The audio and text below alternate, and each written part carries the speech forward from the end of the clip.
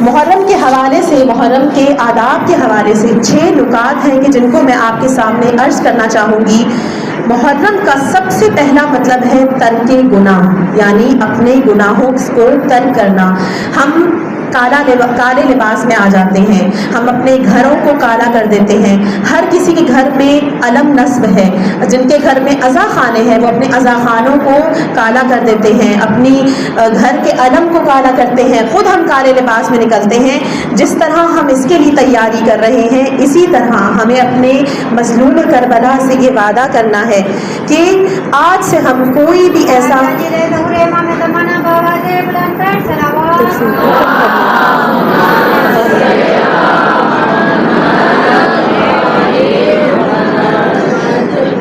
آج سے عہد کریں کہ ہم نے کوئی بھی واجب نہیں چھوڑنا، کوئی بھی ایسا حرام کام نہیں کرنا۔ میں مستحبات کی بات نہیں کر رہی، کیونکہ ہم عموماً کبھی کبھی ایسا کرتے ہیں کہ مستحبات میں پڑ جاتے ہیں، واجبات کو چھوڑ دیتے ہیں۔ واجب ہے، واجب چیز قطعاً آپ، کیونکہ واجب اگر آپ چھوڑیں گے تو آپ کو گناہ ملے گا، مستحب نہیں کیا تو گناہ کوئی نہیں ہے، البتہ ثواب ہے۔ لیکن واجبات کے بدلے میں اگر آپ مستحبات کر رہے ہیں، ایک خاتون ہے کہ اگر، کیونکہ نماز شب ایک بہترین عمل ہے لیکن مستحب ہے، اگر آپ نماز شب کے لیے اٹھ رہے ہیں، نماز شب پڑھ رہے ہیں، لیکن اس کی وجہ سے اگر فجر کی نماز قضا ہو جاتی ہے تو اس کا فائدہ نہیں ہے۔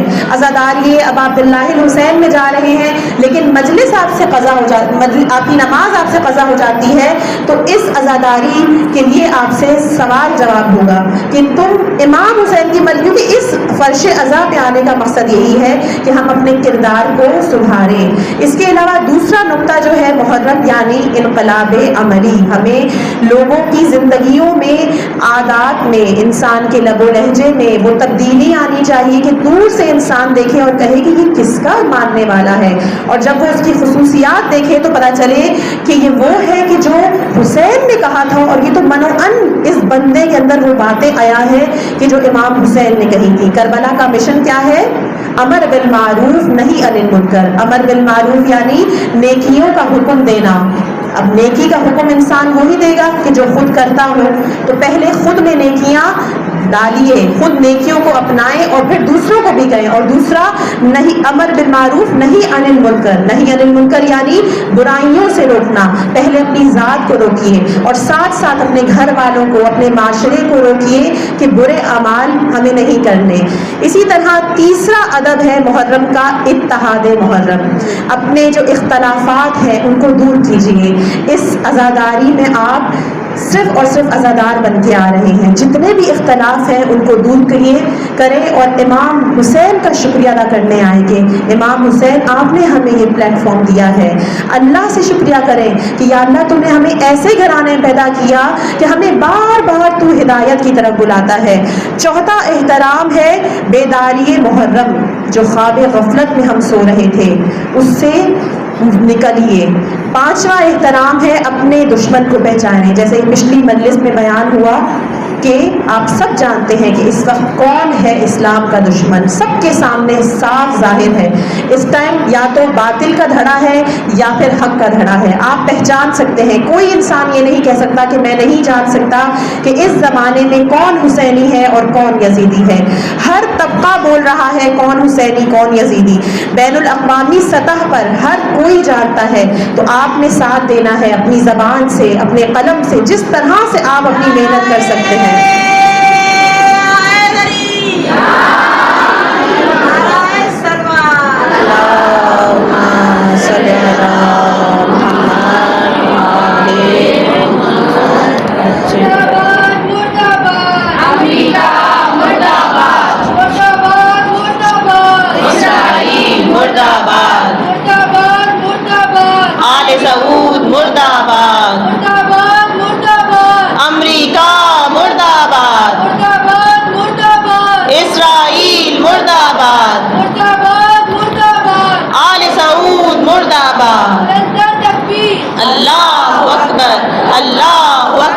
اللہ اکبر، خامنائی رہبر، مرد آباد امریکہ، مرد آباد اسرائیل، مرد آباد دشمن ولایت فقیر، خدایا خدایا تا انقلاب مہدی زندہ رہے جہاں میں علم و عمل خمینی، فکر و عمل حسینی، قائم رہے سروں میں سایہ آمنہ۔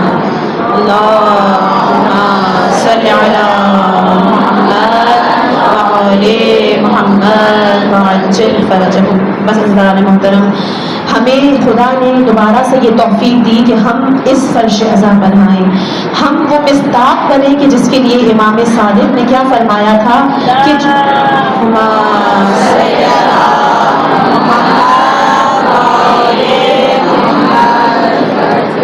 امام صادق کہتے ہیں کہ جو آہ ہماری مصیبت میں بھری جاتی ہے وہ در حقیقت عبادت ہے۔ حضرات محترم، امام رضا کہتے ہیں کہ جب سید الشہداء کی شہادت ہوئی وہ ہماری آنکھوں کو اس چیز نے زخمی کر دیا، ہمارے دلوں کو سید الشہداء کی شہادت نے آگ لگا دی۔ ایک آیت اللہ شہاب المرشی وہ کہتے ہیں کہ جوانی میں مولا کے حرم میں گیا، ایک حاجت تھی اپنی، کہتے ہیں میں نے اللہ کو واسطہ دیا کہ یا اللہ تجھے واسطہ ہے امام حسین علیہ السلام کا، لیکن دماغ میں ایک بات ابھری کہ حسین کو میں کس کا واسطہ دوں، تو بس نظر پڑی ہے ان کے پیروں میں ہی ایک ایسی قبر ہے کہ جو علی اکبر کی قبر ہے۔ عزیزان، آج علی اکبر کے لیے آنسو بہائیے، یہی آنسو ہے جو ہماری شفاعت کا ذریعہ بنیں گے۔ ارے وہ جو کلیجے کا ٹکڑا تھا، مولا میں قربان جاؤں آپ کی اس مظلومیت پر، مولا آپ نے کیسے کہا ہوگا کہ کربلا تیار ہو چکی ہے، اب میرا بیٹا جنگ کرے گا۔ ارے میرے مولا ہی وہ واحد مولا علی اکبر ہے کہ جو شہید ہونے سے پہلے جن کو حسین نے روکا نہیں ہے۔ یہ شہزادہ جب خدمت میں آیا، سب سے اجازت لے کر رخصت کر کے جب واپس گیا ہے، جب گھوڑے پہ بیٹھا ہے اور چلنے لگا گھوڑا، تو روایات میں ہے کہ ان کو محسوس ہوتا ہے کہ پیچھے کوئی آ رہا ہے، پلٹ کے دیکھا تو ایک ضعیف باپ ہے، کہا بابا ابھی تو مجھے الوداع کہا تھا۔ امام کہتے ہیں کاش اکبر تمہارا کوئی جوان بیٹا ہوتا تو تمہیں پتہ چلتا جوان بیٹے کو کیسے ودا کیا جاتا ہے۔ بس اب مولا نے ایک جنگ شروع کی، لیکن بالآخر آواز دی، ارے امام حسین سے چلا نہیں جا رہا۔ مولا حسین کہتے ہیں اکبر مجھے اپنی آواز دو تاکہ میں تم تک پہنچوں۔ ارے جب کربلا میں پہنچ گئے تو اسماعیل کربلا کو اینٹیاں رگڑتے دیکھا۔ سید الشہداء نے آواز دی، ہاشمی بچوں میری مدد کرو، مجھ سے جوان اکبر کا لاشا نہیں اٹھتا۔ ارے یہ وہی اکبر ہے کہ جو شبیہ معبر ہے۔ بس شہزادے سے کہتے ہیں اکبر میری مدد کرو، اپنے دونوں ہاتھ گردن میں ڈال دو، لیکن اکبر ایک ہاتھ اٹھا کے ڈالتے ہیں، دوسرا ہاتھ جگر پر ہے۔ مولا بار بار کہتے ہیں اکبر ہاتھ میری گردن پہ ڈالو۔ اکبر کہتا ہے بابا آپ یہ منظر نہیں دیکھ پائیں گے، میرا جگر چھلنی ہے۔ ارے باپ کہتا ہے بیٹا میں فاتح خیبر کا بیٹا ہوں، اب جو ہاتھ اٹھایا وہ برچھی کا ٹوٹا ہوا پھل نظر آیا۔ مولا میں قربان جاؤں، لیکن علی اکبر کی ماں نے کیسے علی اکبر کو دیکھا ہوگا؟ آپ تمام مائیں جان سکتی ہیں کہ جب جوان بیٹا ہو اس کے جگر میں برچھی لگی ہو تو ماں کے دل میں کیا آفت آتی ہے۔ لعنت اللہ القوم الظالمین۔ سيعلم الذين ظلموا أي منقلب ينقلبون۔ خدایا محمد